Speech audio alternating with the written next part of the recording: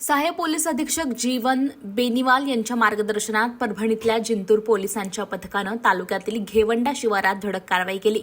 या ठिकाणी एका पत्र्याच्या गोदामामध्ये 300 क्विंटल तांदूळ साठवून ठेवला होता। मंगळवारी 7 जानेवारी रोजी रात्रीच्या सुमारास पोलिसांनी कारवाई करत धान्याचा मोठा साठा जप्त केलाय। पोलिसांनी महसूल पथकाला पाचारण केलं आणि तहसीलदारांनी गोदामाला सील ठोकलं। शासकीय धान्याला काळ्या बाजारात मागणी आहे। धान्य माफियांकडून कमी किमतीत धान्य खरेदी करत त्याची सड्या दराने विक्री केली जाते।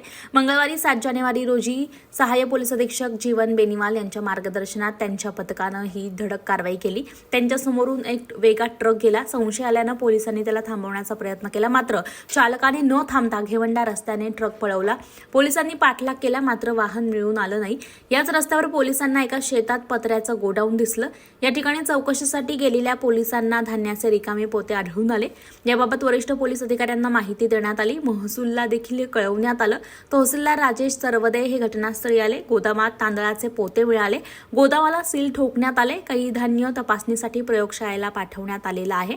फौजदार देशपांडे, जमादार गणपत मुरकुटे, दुधाटे धोत्रे, कांबळे यांच्या पथकानं ही कारवाई सहाय्यक पोलीस अधीक्षक जीवन बेनीवाल यांच्या मार्गदर्शनात केली।